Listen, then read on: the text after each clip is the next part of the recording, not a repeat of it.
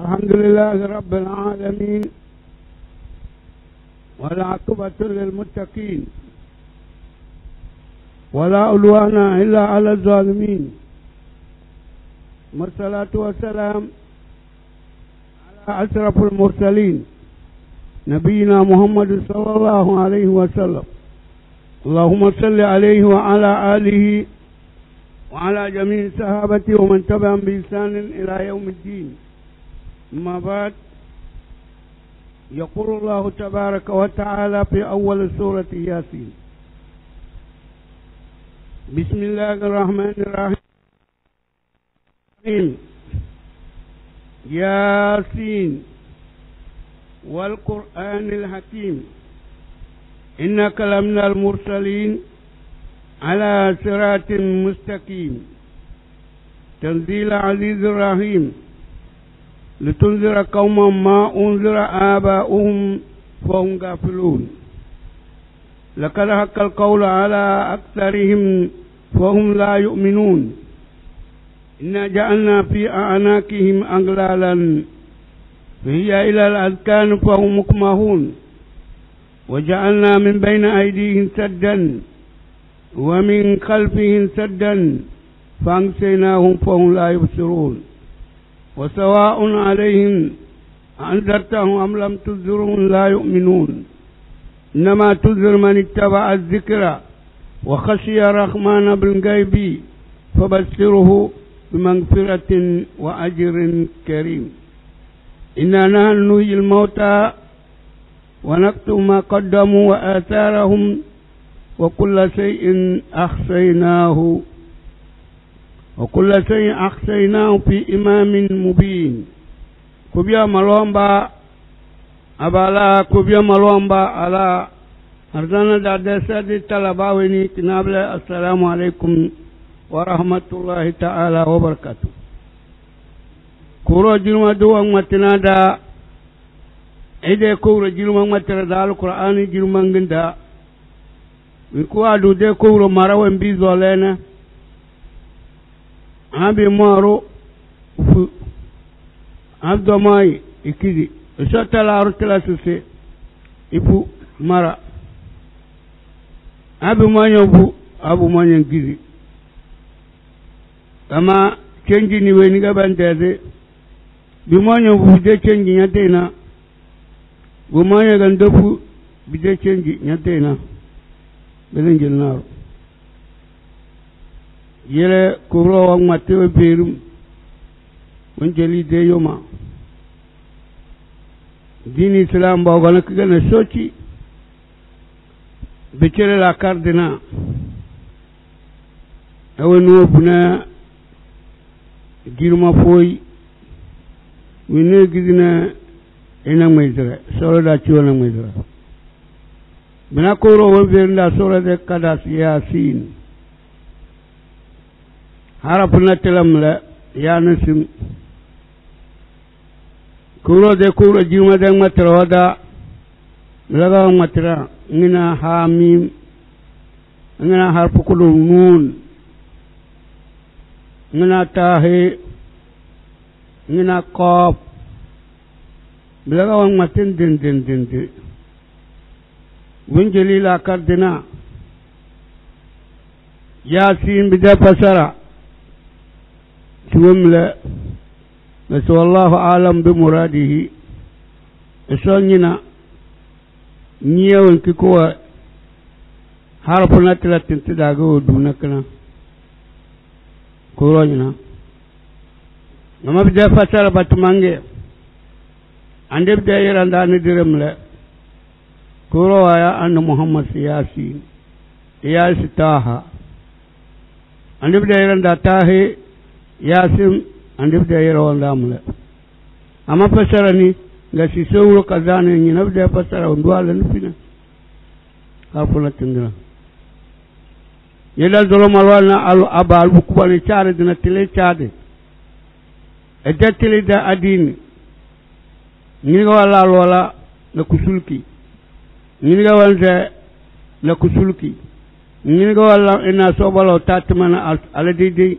ngin ga wala na gobure wala tana bile de blabde tele ke telas malwanro ege kubani ege bu egalo igabalo bibene smala kubani malwandi de tele chade payna kubandi yu dumnya janya demaram le suba ko dinañu kasang ba pedina mbi suba kaleñu nam le ndele so de maro ñalam ñu budi de pe ndey si na ko wuro blabde tele gabalo bi de ke telas ge se alpha bibena alpha tele chade payna alpha yu windir nga wan so ibo ando muhammad eranga ga bado se la telas bado telas se e chatele enado lo bado telas se ela wazu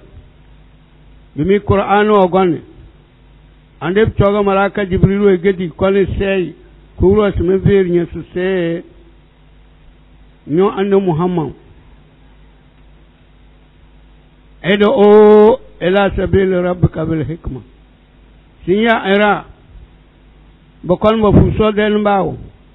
bil hikma na la kare kazange wal mau'izatul hasana na wazu kazange ngal pawa sabla wazu do kazona ko ga awazu ogon kala dingil dara ko ko tukulmase era ko dindale era ko sadale era ko dale akide wazu solla ci wonake wazu kiyeli tedi ci dina so kele de lake yero ala be birngi to boninga tele nyol la kase ko rose we ber ande bulanaga se ande bi hadhihi sabili indana wazu de balake era e ko balana tumere mo ande mo de tumaram le blaga so waduma ana mo muhammad wa man ittabani no wenir nga wo mo ande muhammad ne e tumere ga wazu wazu pene talpawa be bene steni wembinya dele biga de adindana bila tala simberi nyaraw tirtiama yuriba eledo yuriba nyeleine etantilwem bisila nyana padin bero wo bonaro haji anyo bonaro haji wenti susul kala nga soyo nyene ardana da eranda nyana zole kala to biel da zolo malomba sel per da matubun de sirko yo ardana da kam da mana jirma andep tetuma we no ala enam lew kuro ya siyasin yo muhammad wal qur'an al hakim al qur'an jirmange won kikida hikma la karwana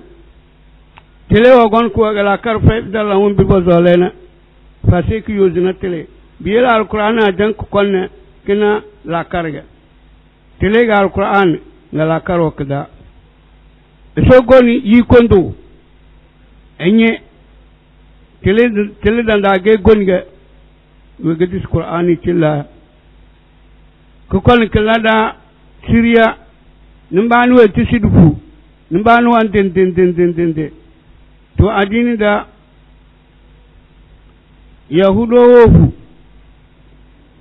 nimba on den ando musu damba mle ni jodan salana na koro fulube na koro na saro wofu anabi sedamba mle ni jodan salana na tile fulube na tile bigadaya no muhammad damba anabi veri sataftar ko ummati ila 37 ila 73 farka amma ando muhammad damba daya singe don gondi adini da ba wando kana isa dinin mla cendo kana isa dinin mla cendo kana adini mla ba wando zina dange fufulu banana titozo balaga sibiya mude ala umman da ballam tanga pai italandege ila ma ana alaihi wa sahabi wenki mu adokke na mude sahabu ana kulmu kom kinabla kujuni ninge sekele fere lahira yu yene soyre du doka alquran du doka ande bi hadisi wenki ande bu adana da tibinamle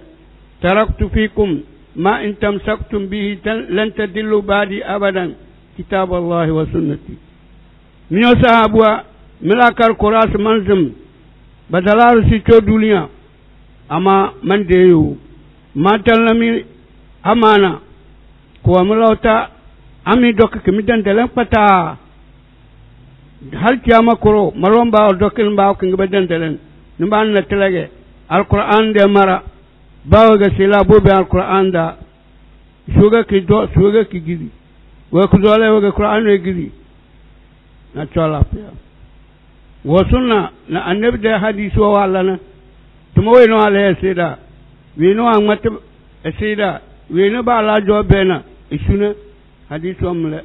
belaga ma dalami ami dok beleni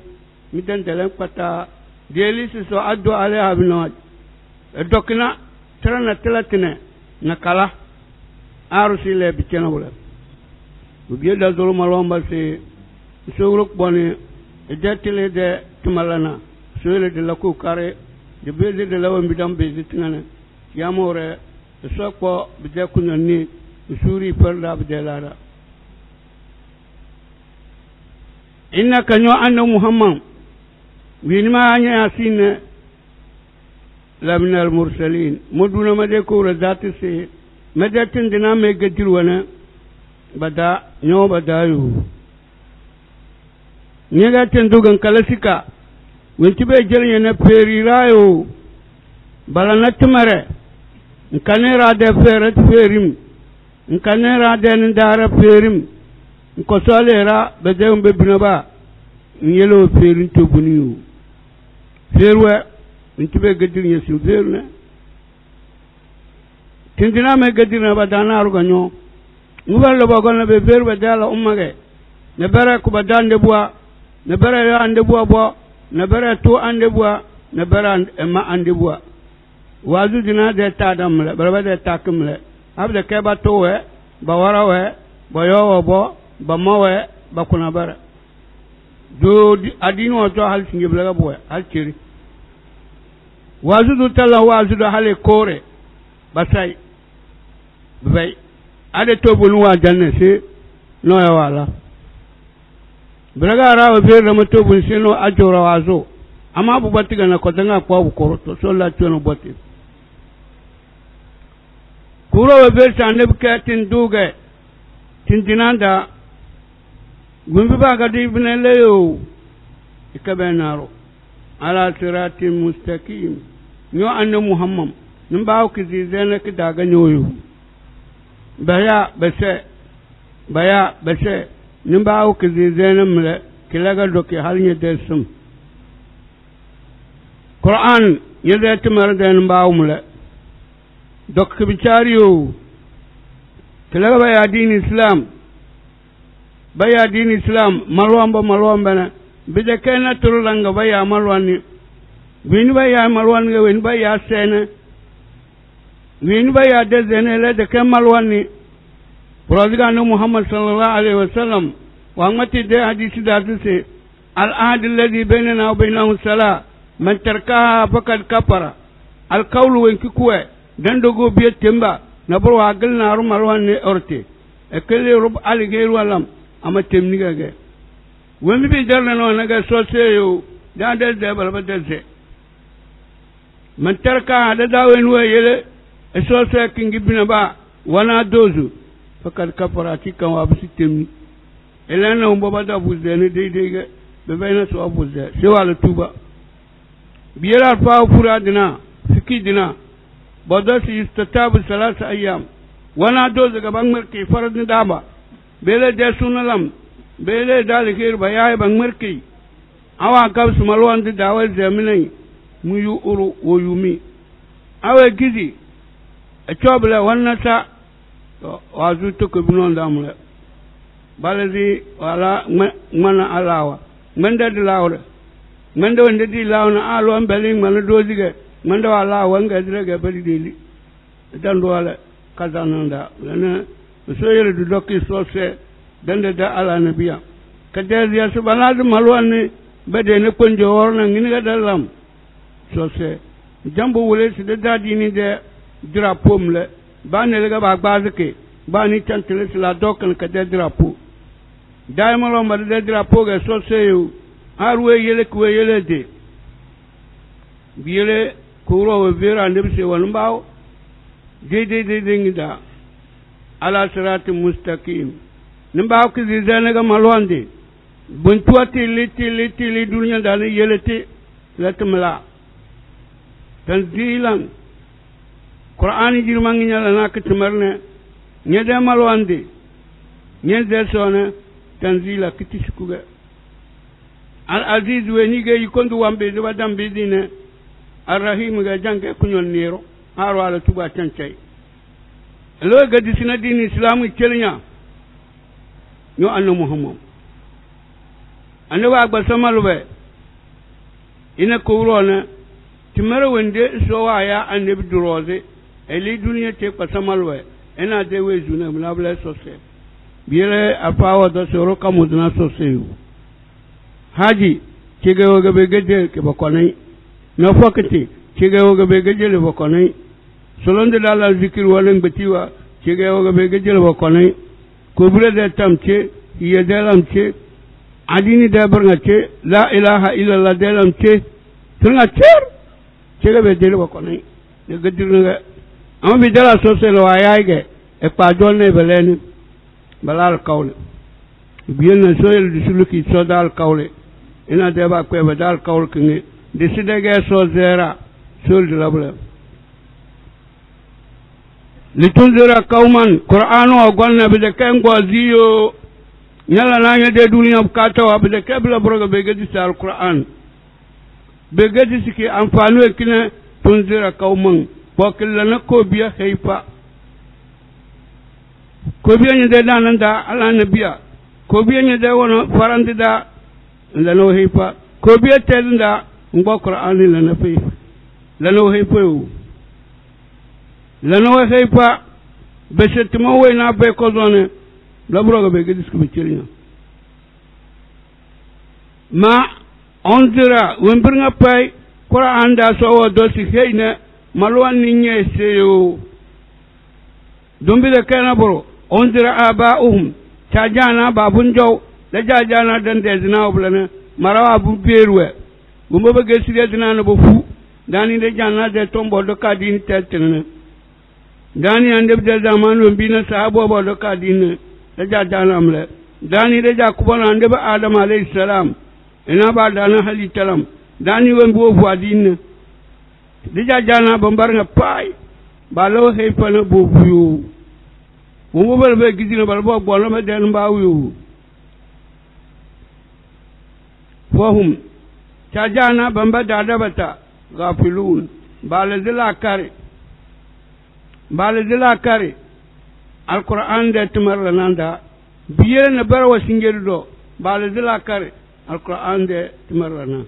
بني كده جيرما أم بدل لنا أصوت تسباسي القرآن ده أصوت تسمالون باسي وبيرس مالون بني القرآن banye ke ama gafulun balzila kar kroge abi dara be de bino batuma bo sonar qur'an lo bakwa be de dunya de keku lakada hakkal qawlu kuro simu de azaba wala tambata ala aksarin mu bar nga pay bojo bu fu be de bino ba balzila kare alquran de mar rozna azaba wala tambata boro ngeti roge sifohum nyano wa la yuminun bade kay won be disi be dedi bu fu anna muhammad balana alquran tumarna balana anye be si yele tila yele da fawe adini ko palo awna bara bala se la ruwa de gatile de ke dal de ci te keble na umbile da gollu mon da jalla la kala la yel da la ruwa dande bile ke la ruwa qur'an ngam ben anabi da disi ga min ben ami gana bi gazizi alhamdulillah abda sizi la hepo dalla dinna la kada de loro la lambadu dage wana badu ni nyel lambe sanu en bi buro badu ni ngeu be gizi ban jare annabi ballam bina batuma be kizi annabi fe dezi betisi balawe mbi so wa gona tirina e ko rozu inna ja'alna fi anakihim aglala e mo gona parang barase nimbe nyere tide nimbe e mo do bade bazunda e mo do bade bazunda fa hiya ila al adkan hal bu kon bade entan kase tanko si dono ba ya tekase bogopa ku bolonde albu koni tanko do ambi gonin tanko do bi living the normal solo da chiwo buton mboni bilaga bamba lawa kawa bede no jahannama na fahum kumahun barnga cer bede ko koro binki bede zinakinaga kujunu jambi zize bidon jo buju luzi guju asu luzi guju parambara suongo bok banganda halbu kontanko ngira kuju wala na kuluzi kuju jan kudunune bisi zebile yem wahala ga so wadu wable solo da ci wona ke bidon joru kazi banga won bizo lena bombo ko parambara si bidon jok kazi mbeti o gonna bla baduma wayna ba lena be giza na muhammad dezi bo fa alquran jirimangi o pak balat man ko ro we vero ble fer 22 mona de ganganduna laga be vero bena bdu won gaji banga wen bi zo lena ay ko ro we gizi bolo wahala da pikatu na wahala de no jahannama na wahala so ku bani la da kiwo وجعلنا من بين أيديهم سدا ومن خلفهم سدا كروت سي أمود أذابك تقدول ينجي كلاجا سوابا أن محمد كجونين تمبرو أبو جاهل na بدك مكة كبنا مين سينجي سيداغو محمد كالفاز وانجاردا دير دجا جانا دا ديني ko adini ko falo ko ne mu biyo ko falo mu bu ko falo ngere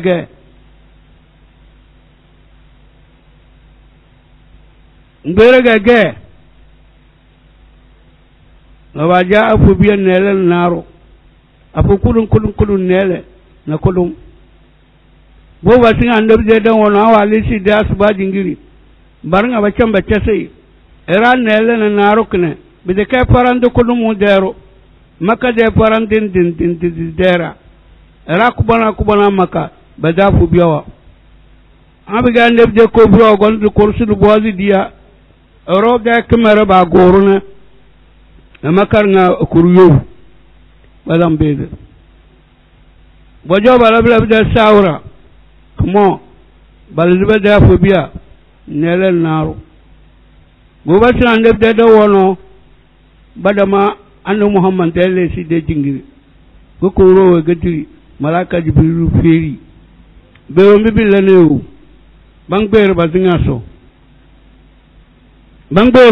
so abiga nyaale sinde dazo a tuzkan yam berba gudunda bitiba zanga bukanyala ayakne waja'alna min bayna aydihi saddan wa min khalfihi saddan وجعلنا من بين أيديهم سدا ومن خلفه سدا كورو سوسي أمودة كورو ذات وادو من بين أيديهم بعضن ذات موينا كوكورو كسب كلنا موتو بدل نبي زند هذا أنفاني بليبا شار بدي سولا تيونا بلا أرولا تمرق دماغ بيزند هذا كوكورو أسارة الله وند لانغ وند دماغ تشيرين إنغا سبكده بومبو أزما ترى أبدا بوازي to ban ga wallan tumarbla fa sole la ciwo banga wala sewa zo sarda ise nyaala nya duwasu mala dona abge cereni ngine binga dam manga dan ala piya so danda ya madan dan nan dilbode bura kubana sabu si chatom akilwe tisi kabu hurenda bayayi anya nyo sin ngabu hurenda nyan deliton chade amanya se mbe yanja mbona hurende kolu zu kujin ba kaburna mi pere hey la kare yele bidan domte wa mi khalfihin saddan bora wa tisba latine basi dina ko ro su sab ga nyal lamble sima maji si muhammad wele badana badanda donto boro baden gisibe ben donto fa angsaynahum do zuwa fere do baza fohum la yusuruna badal na ñoo ando muhammad badal na ñendene ñende halil li balaw ta badal na ande bi ko boble ko kale ko mbele la blede kanya braba go jonda bi keju ba zonda halte upe wosi ko ni kaya wosi de nya duwe be zinowe be nye embe ngara kir ko ba kubana wa ya waso be na do momo wa bunde be buru ba nu bi jugu junda buru ba nu bi jugu junda buru biir da zulu so su malwan ba ni sukile te na fere ba nga se eli dunya ke e gamalwan ni de e gamalwan de Qur'an jir mangi dang matre bi de ke binu ba de tomu bonto oro dunya da ke we na sila ibokala malwan ne danna we na wangala ne danna la de tuba e de marnga mi khalfihim wangala yekele na de tuba da ma de la su be kozo we na da aw bi danda ne da ma zo ndo zikal da no wallam mu de fagum bangi no am brege balage walla wonde to sokele chono kle bu mona de la du wazu we na ga bu mona de la ne kire de kale fere to la karma abde keble bitongom bikala oro cha dali de we idan nan kelle si banale ala fiene e sozan da befei oro la se si sozan da befei qur'an ga tiba puna dayo inna kunna nastansiru ma kuntum ta'malun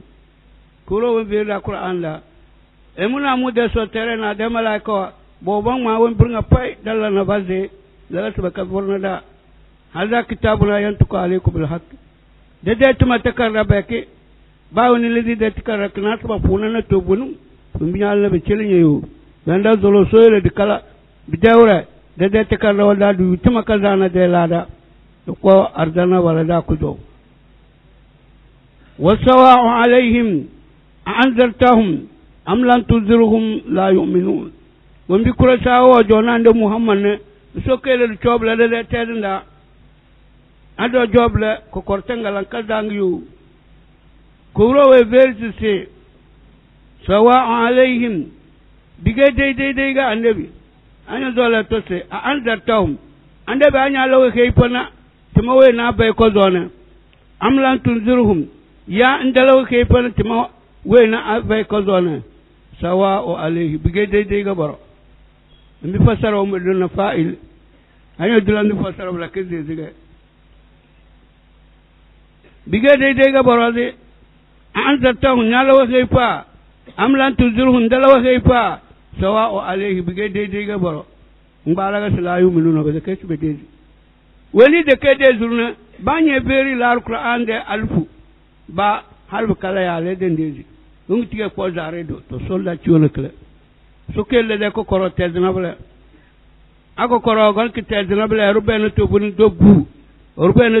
do bu hey ojo de rangara alga na daban da ga nyina سواء عليه أنذرتهم أم لم تنذرهم لا يؤمنون نيالو كيف نبدا كوزونه ندلو كيف بيجي دي غبرو ولا كدي زرا برابا جامبا جو وانتي دا با جو نغا نغا برابا جو نكل برابا جو نملا إنما تنذروا ندبن ومبنيا لكيف نه كلا أنفاني نه من اتبع الذكر ومبو القرآن winwani alquran de tom wamba alquran jirma esi sojoga ki galina wimbi qur'an on matina de kabilew bi de durnya la kar de kabela qur'an de tom ki de durnya la kar to biyelo wamba babo alquran de mara wa khashiya rahmana ngebo mo banni soku jowndu den daara bi yele bo alquran de mara to nabulakne ko biya ando bosil taz o dono do fere dun jong matre karade manittaba zikra weni bo alquran de mara kade sila wa khasiya rahmana bil ghaibi wo mo wanni so ku jongdu den dar no wembi wa musikazi suba kaberero cerena nabule wezo so edo kono qur'an enaki cere ba kada lafiya mo wanni so ku jongdu den dar no wembi wa musikazi da so misu kadezna ko yo malomba bawni gandalunya dina bulakal kada indalla kar sebu dunya inni alquran den dar buki ini ko wuro jirma du den dare ku jondu den dare no wonbi wa musika zi cerna wi am de kana blak ngalla no nyo jonni de bina ba nyala nanye de bina ba dera angaram le to nyana ko tamna mamaci awdu gorono abade selnya ko ju wandul na dugore kanyo bowunda solda ciwu mlanye de dunya skalanya dunya dana te kedano karo ande zina kana nyongo bungo wadda de dunya da man de dal fa solo ga fara fabla ci so ala dunya ne wala ku jo bu ku dunga nga wo mo la dunya ko ku jonda ga ke zrawa ko ku jo lawre kinja de ki debu akigbi buen andunya da bueni na bungo wadda da mani la da kafai boyo mal fo ba we dalange bilangin ga na bungo wadda da afatu se dangi wana dewra awre nde dunya ngbaze bor ki gaza ki dali kin baze blana kin ben siki ben is mabuga ya be kai abi dala ko go lawre de na stobe de na bultondo yule era wo dunar qur'anwa na bulta lamba me lang ne dala na boro bidara kide ku go lawre de nga ki bega sib de ki de bula sa kama dan nga kiri na ko na kun dul ngoro ide asaro gon wajan o sum bijen de leri bu jumla kayo we ede su bijon ni de cho dulinya kelaga ba ya dulinya kuma dal fa go ba ya dulinya sa kuma kumba ya dulinya na ga mbir sole bna mbir ñu gëzi nga sole ba jo ñu won brede bi hal bu kon ba so de tonga be veri ñan gizi na to ñu de dulinyam la or ba woni wana de dulinyam ki zo len ande la kare ñu de dulinyam kin kan kuno yele ru ko sol na buru fele ande be veri su bango nanja ko sol be kili soyo sol so be kil ba wërnga mbu so de mara be kil ba wërnga anyo gon sol na buru kili so de mara be de ñu de dulinyam le ke dagan la kare ñu de jahannam on le to sowro ko bani bale da ciwo sidire de la karwa man ittaba dhikra wa nubu alquran de mara wa khashiya rahmana bil ghaibi ngobu soku jondu de wani soku jondu de ndar na bu musewe mbi so ngere kazi kiyamana bila bijera ande fo basiruhu bi magfira sola da katare ande bisi fulaz bila bijera wen bene cham bona so si kebe de junubi dumande ba adam de burnga pai yisroga ande ba ber khair khatta in tawabin isra kadam ba tuba dina biela tewe ba ni wala sa purani noga bimbo azmalon ba na tewe bin lestin fara ni no darnga pai israga junubi dinaga tewe no anja de tamna bana ande fulazi be dewembe wembe bo alquran de marakade go mo ba ni so de ni dar no bi so aga musi kala kirti amore arzana an mini na rawase alfa wen we berinya isman de so no cege su kadde de na perisa ponjele so nyas kokoro nansum sewron kiru de no mbina ma bakala konta biele arzana nan mini na rawase buwe khatman tuma we narwa lawan zuna buwe amma natija ni bin lam ya badal ta sadi kele so burganu muhammad sallallahu alaihi wasallam we bir sahabu kullukum tadkhuluna janna illa man yaba marga pay mundu ardana sewe no gizina tila ya rasulullah ma yaba nyo bobose so da tindo weni wangi ko ardanna weni ga do marwal ni kiza ardanna so ngasman atani weni ofu mo ando muhammad doga bala ibu beyele do sen da hana janna wa zartanna wa man atani weni we gizi mo muhammad madan ba funa me zakiga halsum man zaka halsum ne weni gizi bulana fakar aba we gizi ardanna so kade sila daga we bersi se la yadkhul ahadukum aljanna bi amalihi mida nar tanzu nar danna damare nar pay dunyanda wanzu ardana na damare misabu abul hatta anta ya rasulullah nyo ande muhammad ba nyo ni de timare ita zuna nya ardana ngas ata ana bamu mu dumate yele mu so ardana biyel ko bi ayel di sadio ti chawon bi joko zone di so mi ge azozone domi da trito mi su kadane andab tinga wala sika sabo bol di blega verse hatta ana mu dal do ardana na mu de timare ella te ga madani duwasu mangfurati fa se so wo go e de ko wuro gujo de chem yo zina mu fu mu wara siri na bla mu so ardana ko bi on tiga den de zina kazan diga ndalam nyomo ga nyanga zuna ardana yel fer la mato bun kat se so kabsi di sin wembi kere di le fer niu ana da zolo so ruk ban kazan su se so yel fu de tra so yel fu de ko di ni de ko ro ndare no mbi wa ga musu bine ni kere di su wemba su popular bombe na ba chawna so da teranda wa ajrun karim abe jawba fo la da kazange la da jirmange knabla arzana solo da abde ko jow inna sosimo na mu de ko zati irke ko wa darade nu il mauta wo me be dina bambe beziu rokama sawa zabi damla ay bambe bezi wa naktubu ma qaddamu wo mbirnga pay era wala na bambang bere birnga basiwe wa atharahum timawe na rawa lene ajokozo avekozo adekokoro emwan gbere siu kadim ber wande na aro anun kanyanda de yebe na anu bondalunge anu bondalini anu na do sumane bodon nganaru be cel na ru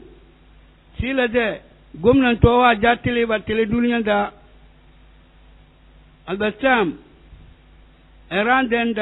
dalanda karatu suwablana na nizimbiya de karatu suwablana so wuro bon talana na naru bisa de abadan amigera ni no marnga pai ba na den dalanda karatu na bende nizimbiya de karatu na bende biyele danyo nizi takarwa ala dalan sinyena biki ce janta talanda na to nyini kala sinye nanu naru dalam abiga nyobale te ala lisan da kuro gabena kuro bes hal ata ala lisan hin min ad-dahr lam yakun shay'an madhkura daman wajo bizi ge orfay kidaga kuro gaber sisi amude kuro iko sole emwalam ran nezi de karasible de mamudala hal abada darnga pay bawna de nda karasi pinyu man de karasindo tuma wena dalla yene blano ngat ba kabarna da lahira banye kuro sisi bawna de maro wendo wala de de jandi de kokoro nasbe perewu bamba bang ma basi no wembi be yelebi bi jokozo na asarahum balo wembi be yelebi jokozo be kozo manga ko roto bang be basi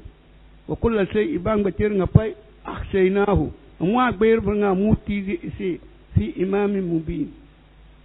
tirajir manginda lawul mafuz de sono bang bana banga do bokuno na bang bana banga do tira da tirenge ku jobat manak da nge bagala nina da jodo na singe nina ga malomba subacho ninga barnga pa ko ro wan bere kazi lahul mahfuz da na bur fa bi sa de sul cho dulnya ne won bisidra na ko korna barnga lahul mahfuz da bu ko jo ko ro wan bere kazi new bi kala sikayo bawran daga de so ban banage malaika wan bana man manu de biya de tumando radiga ne muhammad sallallahu alaihi wasallam we ber sufikum malaikatu bil layli wa malaikatu bin nahar mi omalo mbam lawta malaika o benga timi duman bowuna na bowe we mo benga ti dawuna na bowe ni bowuna ga la sarkne bala bo golna dana wadi sema ngarbuna lisa asuba bala suba pamle na ko pala we ngadim dana wadi yozir se dana won bele la sar mo ngarbu lisa na dana bala na ko pala bo gol suba mu gardene yozir sa suba ande de umbo bo jona da la sar mo ngarbu lisa na bala ko sama umbo gol ni sa suba dana bala to de za suba ada far la sar e tambamle na bala lo ba badaba mbaga wa go beberu ko ro sido bo mo ni de yo ma so senda daga go likelo so senda ko bu anya bebele de seriya dani nyedan daga furba ni awonda mbazeni ana suru ko ni dula seriya dana da wadruballahu masalan nyo ande kazim beru yo kazite beru malomba bani dede ashabal qaryati tedin dina tedin ver tedin dina bayubane tedin da batilon bi ba jonana idi alwatu enki jaa hal mursalun tindina o gonwana ferwa nin taga ba muna goma ngin ga bana tindina suba cho kuro gadire ane musa jo annabi isa alayhi salatu wassalam kuro gadire tindina ba ko mo mone ba sai biyar Qur'an da koro wa duwe fere annabi Muhammad si fere daya won bi bu fullam ande buwa ba ganana ba dambana idza arsalna ilayhim sunayn emwe gadir tindina no wala bo kona annabi sajo bo kona annabi sajo fakadabuhuma gabo jol tindina no wala bambarene nolo bo gab dalana ba dono bobo balbu bati yangin ga balaga andabi sana damba yahudon we gizi bodu nasaro we gizi bodu fa ajratna bi salisi yama ga dastuzuni witirimle nolo gona ba dono ga badan mato mbibi ga nasaro tan wona to tozonu agon alo gonna ngin ga min tana bedisi bopule ya bani israelo we gizi koro we gizi amudatin du tozoni wa huwa habibun najari habibu najari ilaga tozoni habibu najari wa gonna shoga wa gonna we bermi na mumuten dede ya mudamu tozoni faqalu bombu sisi inna ilaykum mursalun ñana mo habibu na jaar mo gon na be gadir ma mo roga be gadir ma qalu ma antum neto mi no dozo kna do no wala ga dabena to ni ño gon na mi ño go umba mi saro mbo ko so de ma bla ma antum ño go umba dasmi illa basar dabena ne raga mi ge won bi so wala na an le ba dama debu noye namle ibtila noye won ki ko ande ba dama debu namle blebe be sande de be na ne buga ro de be na de te di buga o ga nyege sulum buga nyege abdullah bi alo ga nyege woni den jasir to bonina asewa ga nye de zuriya e cha aibu na koro kadene baka dambe matire wonde diwe bang matina dambe so de matire ai wenu an matina ga wambe e kili ka jale de zuriya na tana toro tene to be kabla ga la kariu matira mang matira nga nyong wala sinni wende ga dige nan tele debe na mi la basar raga mi ge mitulna dana mi ge ci dana dawra biya ga nda farande dañu bu mu barandana wa ma anzala rahmanu min shay'i so te gadiri fe la so gadiri na boro we gadi sina boro konda ado zole malaika gamba ketirro o konno be ko ro we gadi na mo gon na kam nyora mi de kadiri talanda malaika na konna anda na malaika lo to da butu bulin sikuro ko jondu we gadi na e de kadiri na buru ko ro tikadi sina boro ina antum illa takzibun minyo wambida bena mina achola dinage wambabu mwana di chola mina ga yo wambabu ga di chola mina ga na de famille bu bat simi ga bu batna da dala mi yalla la tindina no dozo wo busu kalu rabbuna sidaya dadu ya'lam ilaga tilu ganye siwe inna ilaykum la mursalun elani sidaya daga tin do dunai sise daga tin dinaga be gadir da mu joyo kon ni permi mama alaina amma min matu antimi gizumu na daniyo dada daga wazu amin ni la tumare ela ami gizum dala na tumare dala dingamle da bayne yuko won keke woleme yele do la don ay da daga matre amin ni matre la na tumare mijo amin ni matre ga midalam mijo yiko faydo joyo da bayne ko de simi mara da bayna bla wama alaina ila albalangul mubin de dege permi won bijo patma alquran da bami diga mi bona ko alquran ben nable mi bo ko ande da di si nable ami naga mu jole mi dande traga dalam qalu lana saro we feri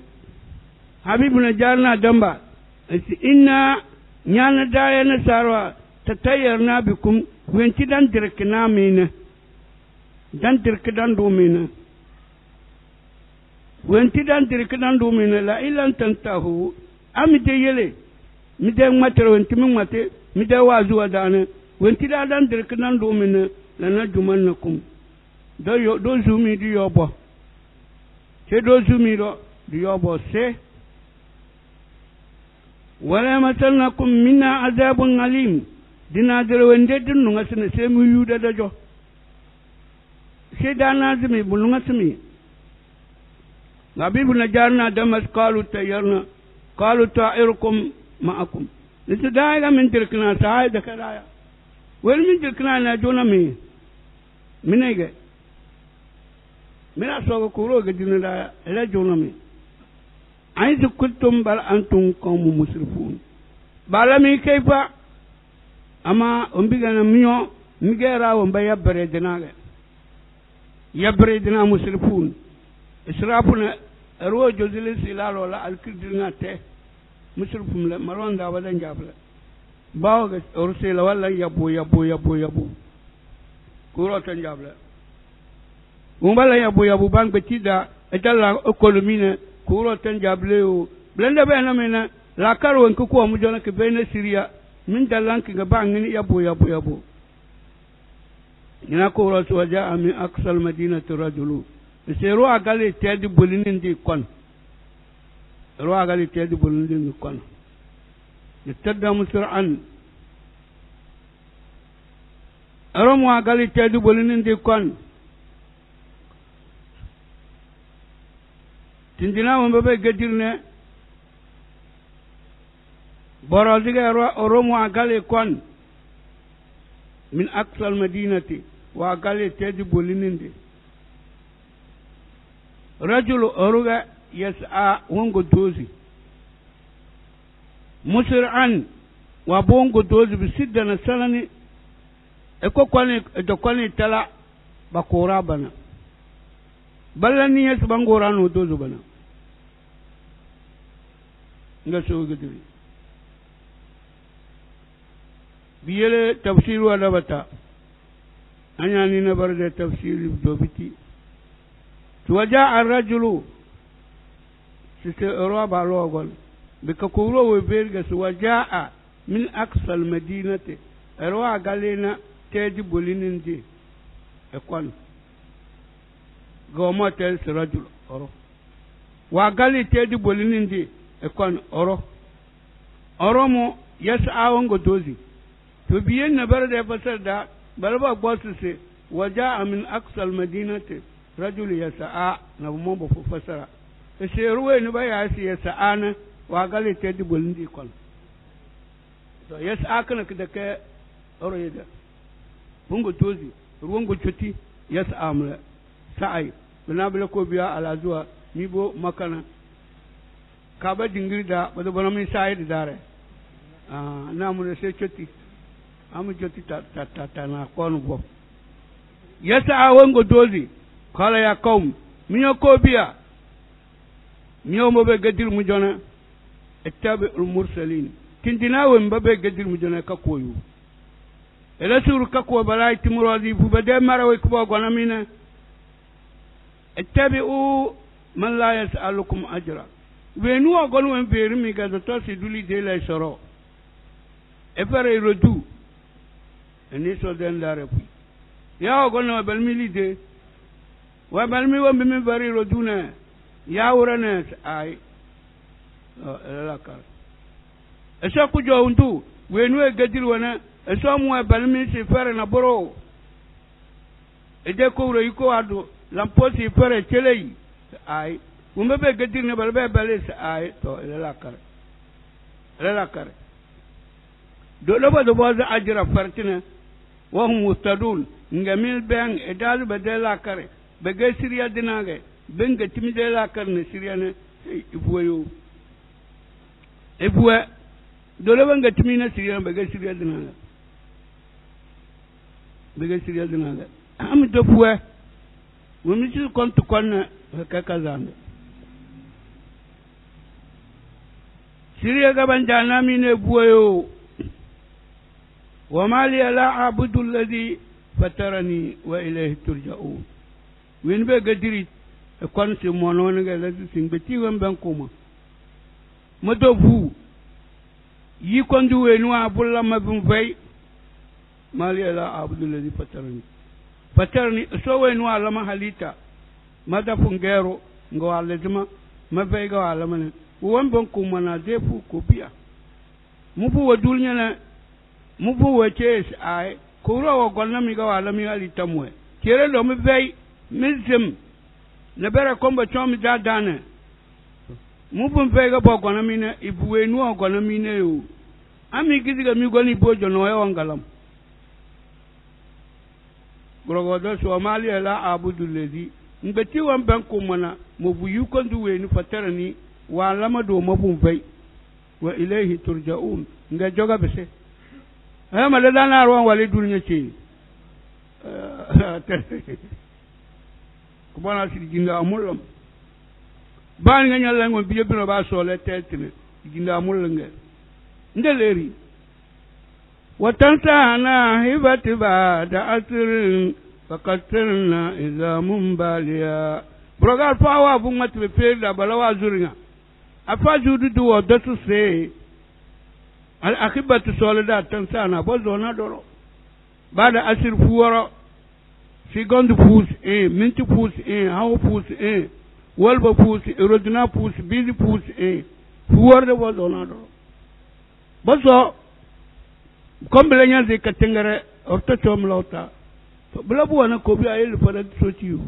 du pouce de mar du koy soti la herew ata ngezo min dunihi alhata mi bol zas alaha el zasin din mi vo min dunihi yele so de mara mu bu mi de bina ba yele so de mara biyar alfa tauhidi dina balba ya ala alizasina atika baya kullu ma ubuda wenir nga bobu wo ho radi ngo wejisina gal zoga ba ruguna dan ngera poi bele so de mara emul zo balale zasudina de kesika yukondo wala na bangbeti wala bo wenu ofuba mu yele so na lizondo wala dazi umbe dete dazi basibe yele so na lizondo wala tede umba mo basibe yele so na lizondo blelo galaro ara ofuru bele so de mara balale oromo ala lizondo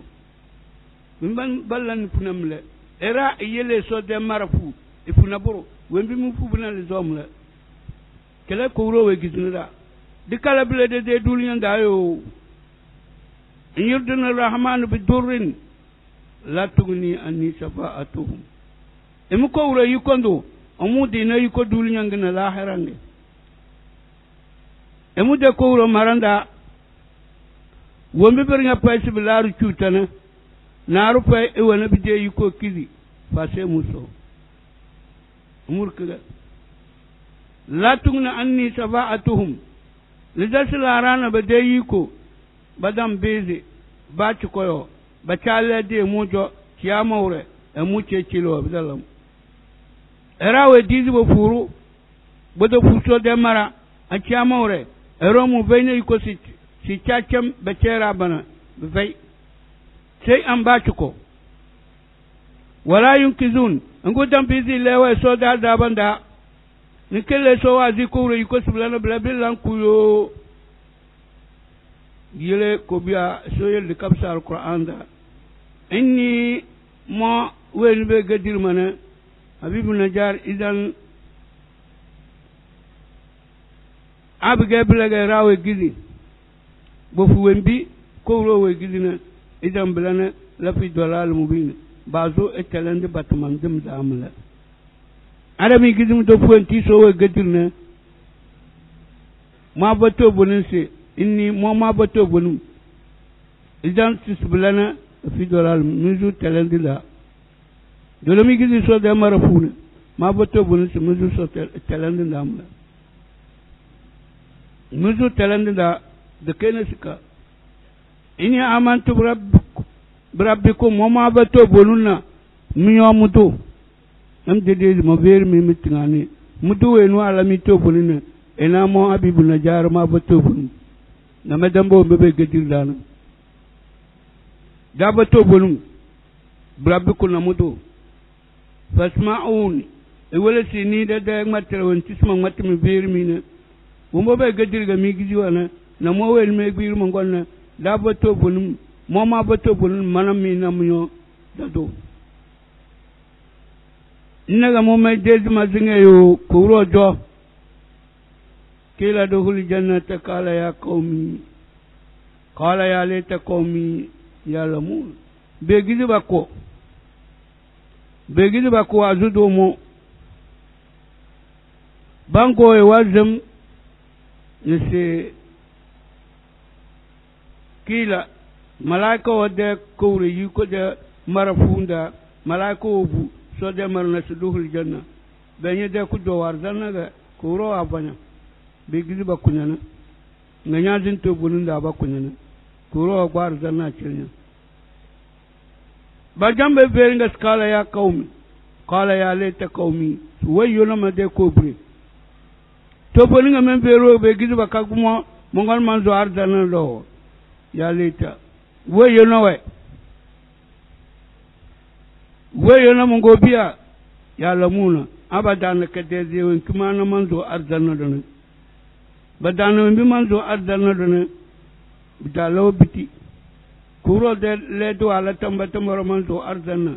ne tutewon kiban bas ba garmona asali hir ga ba lamu bla bimana won birnga payga parali kuro wa jama rabbi madu wajalani min al mukramin aduma rajir man bada